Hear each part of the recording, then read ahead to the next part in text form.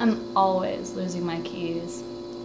I remember this one time, it was about 12:30ish at night, and my roommate comes up and she sits down next to me and she looks awful.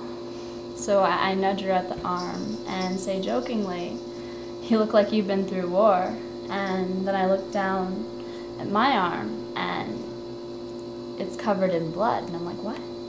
So I look over at her and her left arm is completely sopping with blood. It's just dripping all over the apartment.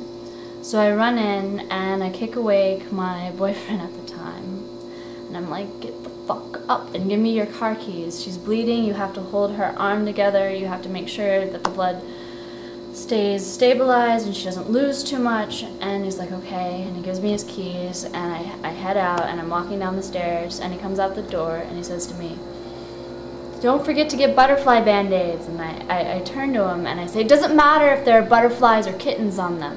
They just have to hold her arm together." And I keep running and I get into the car and I finally have a moment to breathe, and I'm like, oh, butterfly band-aids. And I finally get to the store and I go up to a sales clerk and I start asking her where the gauze and everything is, and she points it out to me, and then she starts debating which brand is 10 cents cheaper than the other. And it's late on like a Tuesday morning or evening, morning, whatever you call it, and I'm sitting here looking for something to hold someone's arm together, and she's sitting here discussing with me which brand is 10 cents cheaper, and I'm just like, oh God, please, I'm in a hurry.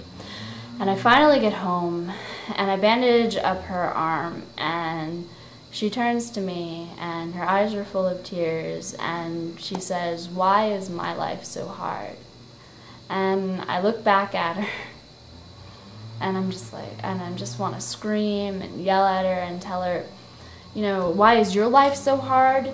You're the one who's sitting there bleeding with everyone waiting hand and foot on you, and why is your life so hard? But I don't, because that's not the kind of person I am. And I smile and I say, I don't know, but I promise you that one day everything will be okay.